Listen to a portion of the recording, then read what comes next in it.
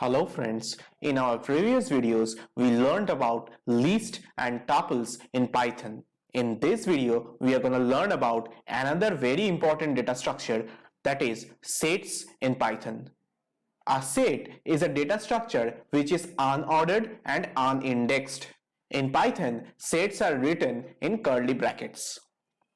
So before going to the actual coding part, let's see what are the differences between list and set. While discussing the list in Python, we said that elements in the list maintain the order in which they are inserted. But in case of set, the insertion order is not necessarily maintained. Secondly, elements are indexed in list. That's why we can apply indexing and slicing operations on a list. But in case of sets, elements are unindexed. That's why you cannot use index to access or to modify an element in a set. The third thing is that in list, we saw that duplicate elements are allowed in a list. But in case of set, duplicate elements are not allowed.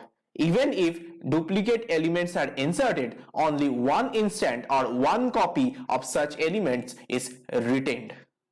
Fine guys? So these were the basic differences between a list and a set. Now let's see when we should use sets in Python.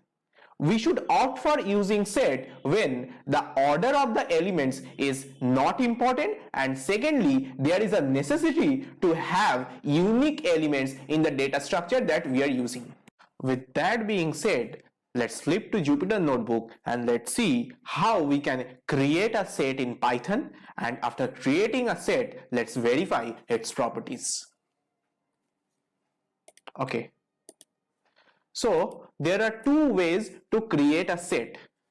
You can create a set by using curly brackets like this and then passing the elements inside the curly bracket.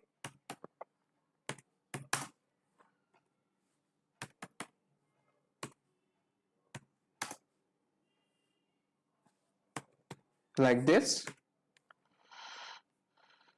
If you press Alt plus Enter and run the cell, a set has been created. Now if we print the set, it will show you the elements. And as we just mentioned in the slide, a set does not necessarily maintain the insertion order. That's what you can verify from this example. You can see the order in which we specified the elements inside the curly bracket. That order has not been retained here. The order has been changed. So we verified that a set does not necessarily maintain the insertion order of the elements. Now the other way to create a set is by using the set constructor. So inside the set constructor, if you have to pass a sequence like a list, a tuple or string or whatever sequence you like. So I pass a list here, and inside the list I pass the same elements, and then if we again print the set and run the cell, you can see the set has again been created. Now just to be sure whether it is actually a set or not, you can check the type of the variable x, and if you run the cell, it gives you set, right? So these are the two ways by which we can create a set. Now instead of using a list inside the set constructor, we could have also used a tuple. What sequence you use is completely up to you. Now another thing that we were discussing in the slide is that set does not allow duplicate elements. So let's try to insert duplicate elements in a set. Let's use this element once more and let's run the cell And you can see when you run the cell, it does not give you an error. Where if you actually pass duplicate elements inside the constructor, it will not actually give you any error. But what it will actually do is it will discard the duplicate copy of the element. So between these two BCD, only one BCD will be retained. So let's see that. If we print the set again,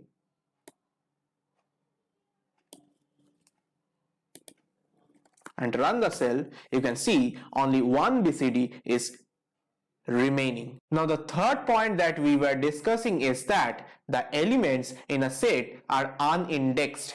So you cannot use indexing to access an element in a set. So let's try to use indexing. Print x 0, and if you run the cell, you can clearly see that it gives you a type error. Set object is not subscriptable, which actually means that you cannot use indexing for accessing an element of a set. So as set elements are unindexed, you cannot use indexing or slicing operations on set elements. Okay, now that we have got the basic idea about a set, let's see how we can add an element to a set. The adding an element into a set is very straightforward. You just have to use the add method on the set. Let's say we want to add the element EFG. Now after adding the element, if you again print the set and run the cell, you can see the element EFG has been added. Looking at this, you may get an impression that as this element has recently been added to the set, that's why it is occupying the last position in the set. That is actually not true. This newly added element could have found itself at any other position in the set, because just as we mentioned earlier, a set does not necessarily maintain the insertion order. So this element could have been placed at any other position in the set, and we cannot predict at which position it will be placed in the set, right? Okay. So now that we have seen how we can add an element to the set, let's see how we can remove an element from a set. Again, that is also very simple and straightforward. We simply have to use the remove method, and we have to specify which element we are trying to remove. Let's say we are trying to remove the element ABC. Then if we remove it like this and again print the set and run the cell, you can see the element ABC has been removed from the set. Now what if by mistake we are trying to remove a non-existent element from the set? Let's try that as well. So let's say we are trying to remove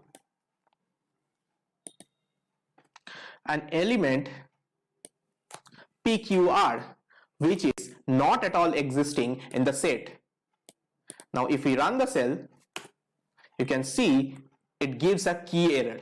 It gives this key error because it cannot find the element PQR in the set at all. Then from where will it remove it? So to avoid such errors, we also have a method called discard in set. The discard method works exactly same as the remove method. The only difference is that when a non-existent element is passed to the discard method, it simply does nothing. That is, it does not raise an error like the remove method. So let's check that as well. Let's say we apply the discard method on X and we pass the element BCD in the discard method. And now we again print X. And if we run the cell, you can see the element BCD has been removed. So it works just as the remove method. Now, in case of remove method, when we pass the non-existent element PQR inside the remove method, it raised an key error, right? Now let's try the same thing with discard method as well.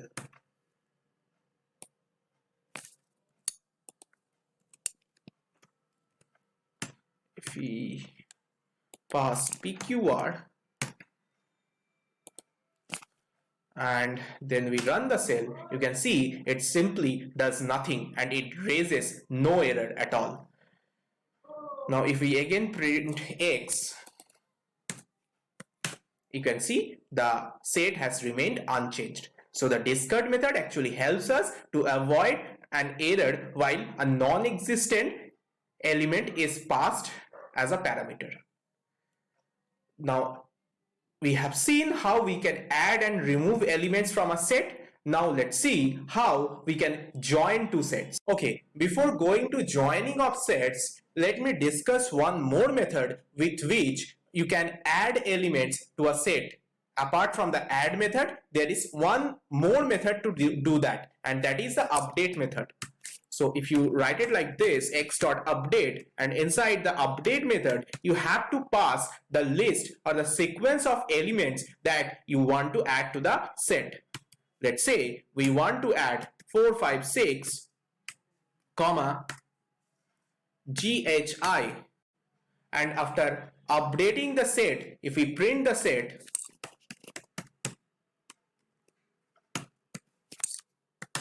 you can see the elements GHI and 4, 5, 6 have been added to the set.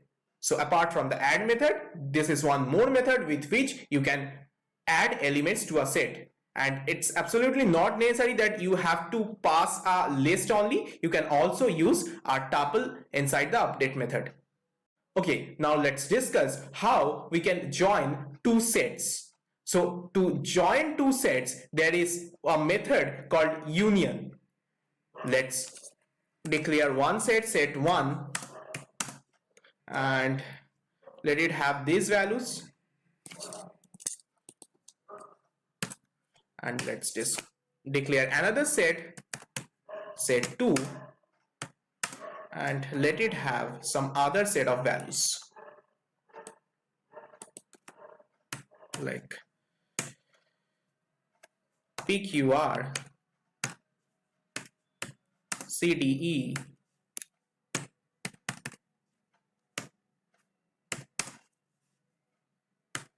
'890, and so on. So if you do it like this, set 1 dot union set 2, this union method will create a new set that will combine the elements from both the sets. So to point to the new set, we will create a new variable set 3, and then we will print set 3. Now if we run the cell, you can see that the elements from both the sets set 1 and set 2 have been combined in set 3. So that's how the union method works. In our previous example, we did not have any common elements between set 1 and set 2. Now what will happen if there are some common elements between the sets that we are trying to combine? In that case, will the common elements appear twice in the resultant set? No. We have already mentioned that a set only allows unique elements in it.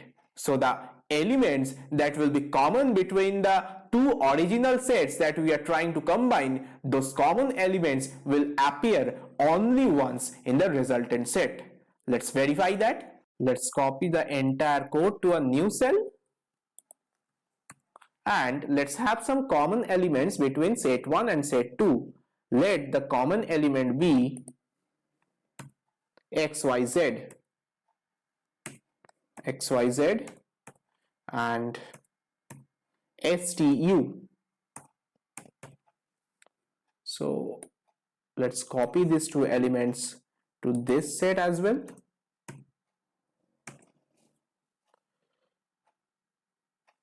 So these two elements are common between these two sets, set 1 and set 2. Now if we apply the union method on them and run the cell, you can see the elements XYZ and STU and XYZ, these two elements are appearing only once in the resultant set. Now, one more thing to be mentioned about the union method is that you can combine as many sets as you would like to in using this union method. The only thing you have to do is you have to pass the name of all the sets that you are trying to combine with set 1. So let's take another set 4, and let's have the elements 0, 1, 2 and JKL. Let these two elements be contained by set 4. Now if you pass set 4 as well to the union method, and if you run the cell, you can see that all the elements from set 1, set 2 and set 4 have been combined in set 3. Now this entire thing can also be achieved by the update method, but the only difference is that instead of creating a new set, the update method updates the original set, that is in this case set 1, on which the method is being applied. So let's see what we mean by that. So let's copy this entire thing to a new cell. Now instead of using the union method, now we will use the update method. And what does update method do? It does an in-place update of the original set, that is set 1. So we will not need any extra variable, as no new set will get created. Rather, the original set, that is set 1, on which the update method is getting applied, this set will be updated, and all the elements from set 2 and set 4 will be added to the set 1. So if we print set 1 here and run the cell, you can see it contains all its original elements as well as the elements from set 2 and set 4. Next method that we are going to discuss is the intersection method. This method gives you the common elements between two or more sets. So let's take these three sets. So these are the two items which are common between set 1 and set 2. Let's add these two items to set 4 as well. And now let's apply the intersection method like this. Set 1 dot intersection set 2 comma set 4. So it will give us the intersection, that is the common elements between set 1, set 2 and set 4, and the resultant set that we will get, that will be pointed by, let's say, set 3. So our resultant set will be set 3. Print set 3, and if we run the cell, you get STU and XYZ as expected, because these are the common elements between these three sets. Now instead of applying this intersection on set 1, we could have also applied it either on set 2 or set 4. If we would apply it on set 2, then here we would have to use set 1 and run the cell, and we get the same result. Similarly, if we apply it on set 4, then we will pass set 1 and set 2 inside the intersection method. Fine guys. Now there is another method called difference, with which you can identify the elements of one set which are not present in the other set. So let's take the example of these two sets, set 2 and set 3. Now if we want to identify the elements of set 2 which are not present in set 4, then we will use the difference method like this, set2 dot difference set4. Now, which items of set2 are not present in set4? The common items between set2 and set4 are x, y, z and stu. So these first three items of set2 are not present in set4. So set2 dot difference set4 should actually give us a set that will contain these three items. So let's give it a name set3 and let's print set3 again. And as expected, we get the first three items of set2 which are not present in set4. Similarly, if we do the reverse of it, like if we do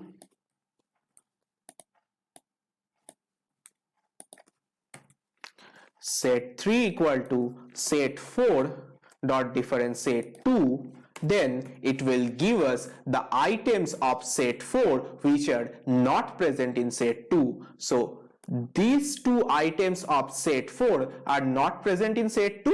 So if we do it like this, you get these two items, right? So I think you have understood what the difference method actually does. There is another method called symmetric difference method, which returns all the items between two sets except the common items between them. So if we apply the symmetric difference method on these two sets, it will return all the items from the two sets except the common items xyz and stu. So let's look at a picture to have a clearer idea about this. So if these are the two sets, set2 and set4, then the symmetric difference method will return you this sky blue part and this green part. So it will return you PQR CD890 and 012 JKL. So let's apply the symmetric difference method. Set2 dot symmetric underscore difference set4, and the resultant set we store it in a variable set3. Now let's print set3 again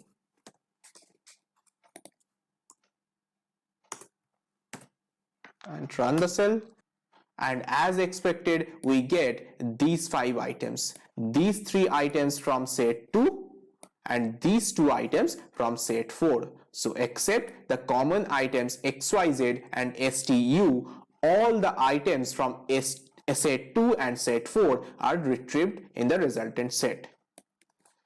The next methods that we are going to discuss are the is superset and is subset methods. Let's say we have two sets, set 1 and that contains three elements 10, 20 and 30, and let's have another set, set 2, which contains all the elements of set 1, and in addition to that it contains two extra elements 40 and 50. So in such cases, that is when all the elements of one set is contained by another set, then the first set is called a subset of the second set. So in this case, set 1 is a subset of set 2 because all the elements of set 1 are contained by set 2 as well. So if we apply the is subset method on set 1, and inside the method let's pass set 2 and print the result.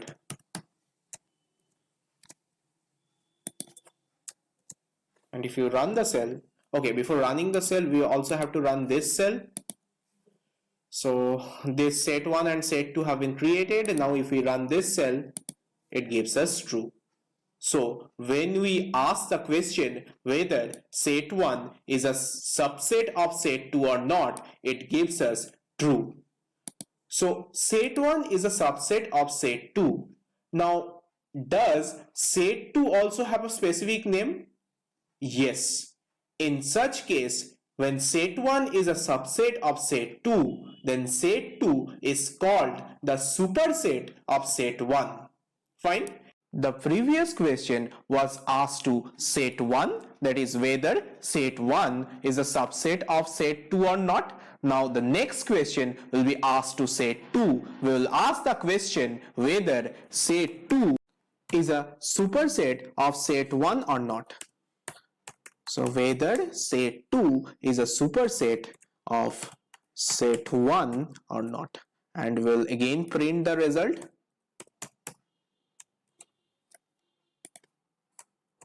And if we run the cell, we get true again. So we verified this. When set 1 is called the subset of set 2, then set 2 is also called the superset of set 1. Fine. Now let's discuss another example. And in this example, we will have the same values for set 1 and set 2. So both the sets will contain 3 values, 10, 20 and 30. Now in this case, can you tell me whether we can say that set 1 is a subset of set 2 and set 2 is a superset of set 1 or not? Whether this is true or not? Yes. Even in this case, we can say that set 1 is a subset of set 2 and set 2 is a superset of set 1. Why? What was our condition for a set to be a subset of another set? The condition was that all the elements of this set have to be contained by another set. That is, all the elements of set 1 have to be contained by set 2. And this condition is still satisfied. So we can still say that the set 1 is a subset of set 2. Going by the same logic, we can also say that set 2 itself is also a subset of set 1 because all the elements of set 2 are contained by set 1 as well. So from this, we can conclude that equal sets are simultaneously subset and superset of each other. So let's verify that programmatically. Let's ask the question to set 1 whether it is a subset of set 2. Let's copy it from here only. And if you run the cell, it gives us true.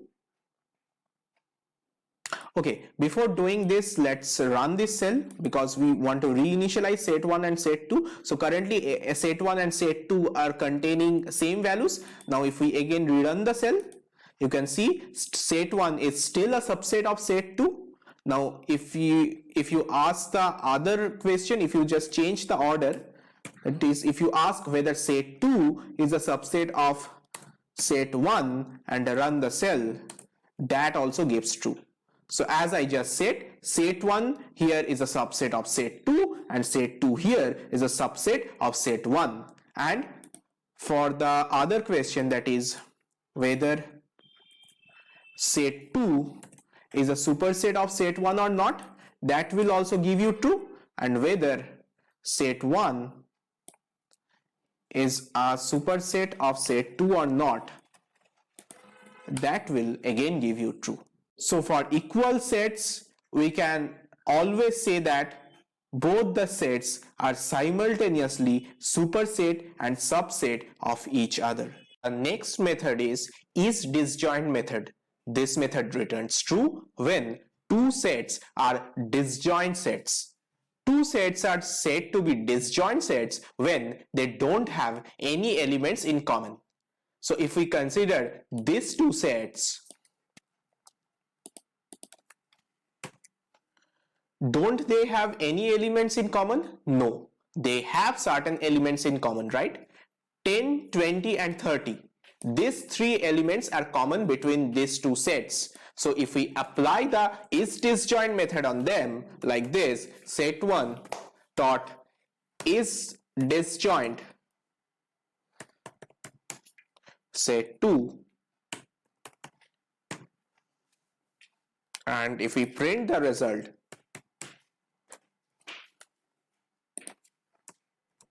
and run the cell, it will give us false. Why did we get false? We got false because there are certain elements which are common between set 1 and set 2. So set 1 and set 2 are not disjoint sets.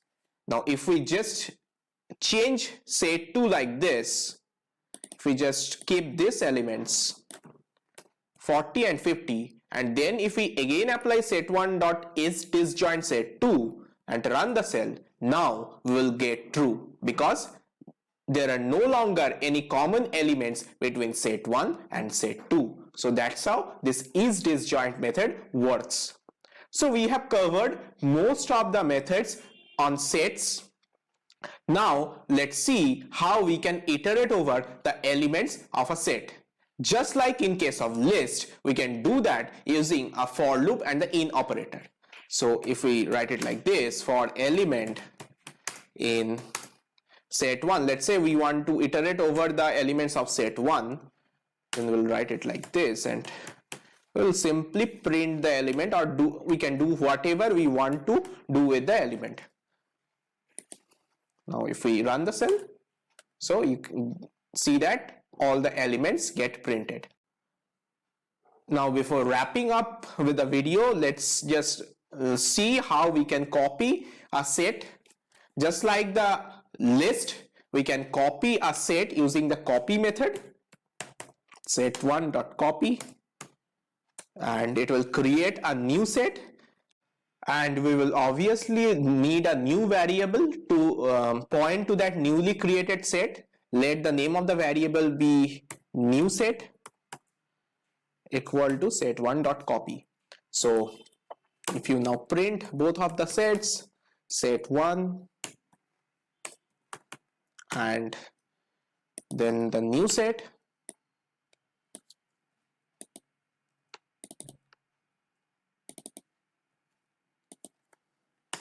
you can see a new set has been created by copying the original set, that is set 1. Now this is called deep copy of the original object. Here an actual copy of the original object is getting created at a new memory location. So any changes made to the original object will obviously not be reflected to the newly created object. Let's test that. Let's add a new element. Let's say we add, not append, let's say we add an element 40 to the original set. Now let's print both the sets again. So if we run the cell, you can see the new element has only been added to the original set, and this change has not reflected in the newly created set. So this is called a deep copy, where a new object is created at a new memory location, and any changes in the original object does not get reflected in the newly created object. But if we want to copy the set like this just by copying the references, let's say if we do it like this, new set equal to set1, and then if we print both the sets, so what is the current value of the set 1? It is currently containing these 4 elements. So now also new set will also contain these 4 elements. But now if we make any change in the original set, that is set 1, if we again add another element, let's say 50,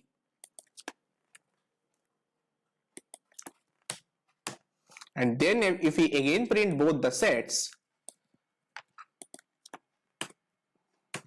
and run the cell, you can see the change is getting reflected to to both the sets. So even if you are trying to make the change only in the original set, that is automatically getting reflected in the new set as well, because when you are trying to copy a set like this, just by assigning the old reference or the original reference to the new reference, what is actually happening is that any new object is not getting created. Rather, both the variables or both the references are pointing to the same object, that is the same memory location. As they are both pointing to the same object, so any change made using this variable is automatically getting reflected in this variable as well.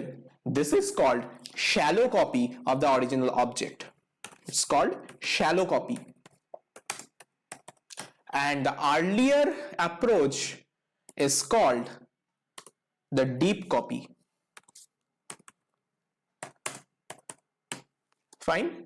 Now both these concepts have been discussed in detail in the video related to list, the link of which has been given in the description section of this video. So if you are still not clear about any of these concepts, I would recommend you to go back to the video related to list. There, both these concepts have been discussed in detail. So friends, that's it for this video. I have given you some exercise problems. Please try to solve all of them. If you face any difficulty while solving any of these problems, please let me know that in the comment section, and you can also let me know the answers of each of these questions in the comment section. And if you have liked this video, please subscribe to my channel so that you get notified when I will upload more Python and data science related videos. And please don't forget to like and share my video so that it reaches a larger audience and they also get benefited from it. Thanks a lot for watching.